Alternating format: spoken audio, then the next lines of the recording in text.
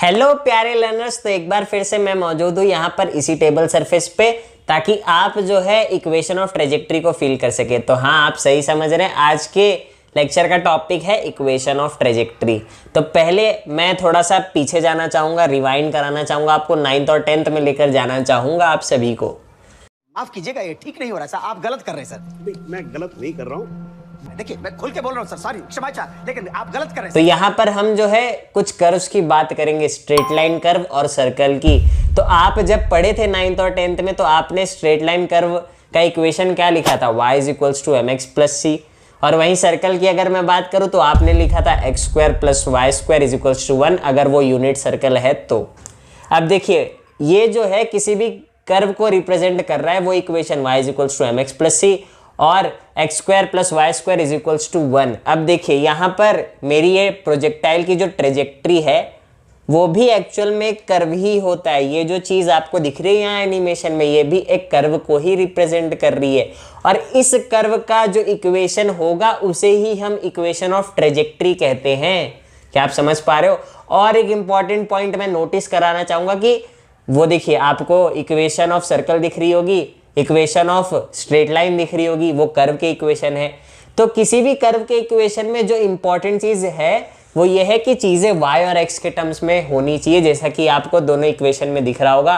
तो मेरा जो ये इक्वेशन ऑफ ट्रेजेक्ट्री भी आएगा इस प्रोजेक्टाइल मोशन के ट्रेजेक्ट्री के लिए, उसमें भी चीज़ें जो है वो y और x के टर्म्स में रहनी चाहिए, और जो गिवन चीज़ें होंगी वो भी आएंगी उसमें। बट इंपॉर्टेंट चीज़ ये है कि किसी भी कर्व को अगर मुझे रिप्रेजेंट कराना है तो उसमें y और x टर्म्स होनी ही चाहिए। मीन्स आपको आज के बाद कभी जीवन में पूछ ले, ऐसा सवाल आ जाए कि आपको एक कर्व दे रखा है और आपको बोल दे कि इस कर्व का इक्वेशन लिख के बता दीजिए, तो आपका थॉट प्रोसेस क्लियर हो जाना चाहिए कि मुझे y और x के टर्म्स में चीज़ों को लेकर आना है।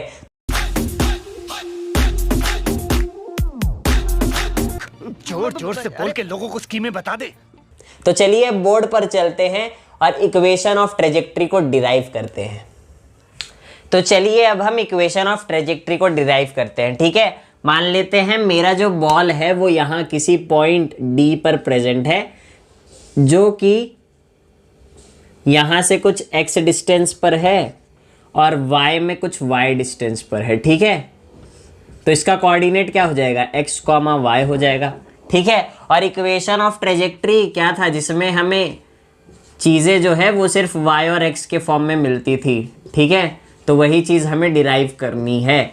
मीन्स एक ऐसा इक्वेशन जिसमें y और x वाली चीज़ प्रेजेंट हो। ठीक है, अब देखिए, अगर मैं बात करूं x डायरेक्शन के अलोंग, तो मुझे इक्वेशन ऑफ मोशन अब x डायरेक्शन के अलोंग लगाना पड़ेगा अगर मुझे इस x की वैल्यू को फाइंड करना है। ठीक है, और ये मान लेते हैं कि यहाँ पर ये किसी t is equals two means time t पर यहाँ पर पहुंचा था मेरा पार्टिकल। ठीक है, तो आप खुद से एक बार इक्वेशन ऑफ मोशन लगाइए और x और y की वैल्यूज को पुट कीजिए।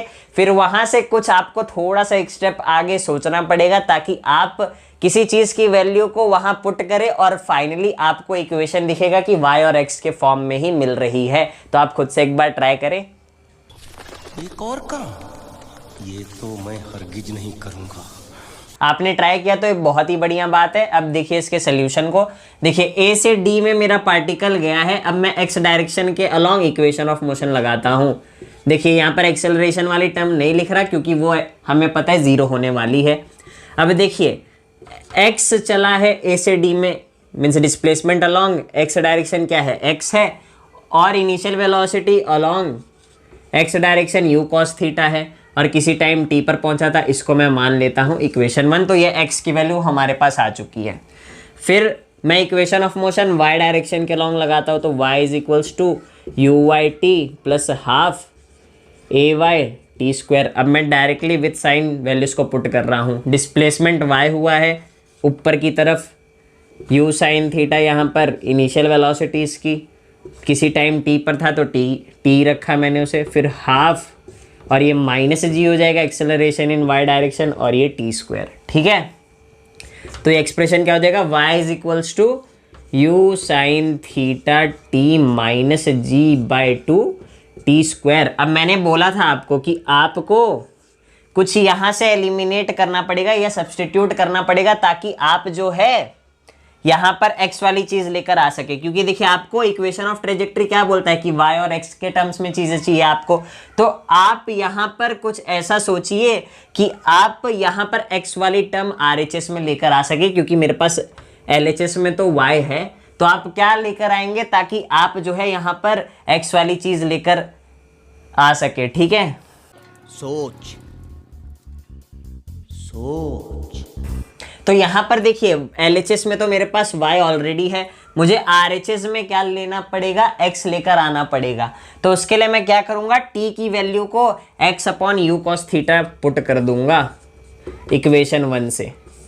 तो x upon you cos theta minus g/2 x upon you cos theta का स्क्वायर।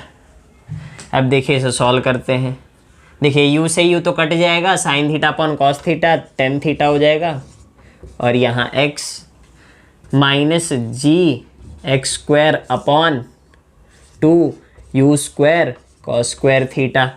तो ये मेरी फाइनली इक्वेशन ऑफ ट्रेजेक्ट्री आ चुकी है। ठीक है, अब मैं इसी को थोड़ा सा मॉडिफाई करके लिख रहा हूँ, बट वो कैसे आएगी चीज़ वो आपको खुद पता करना है। मीन्स बस आपको टर्म्स रीअरेंज करने हैं और वो चीज़ आपको आती हुई दिखेगी। ठीक है, देखिए y is equals to x tan theta into 1 minus x by capital R, जहाँ पर ये कैपिटल R पता है क्या है, आपका हॉरिजॉन्टल रेंज जो हमने लास्ट वीडियो में फाइंड किया था।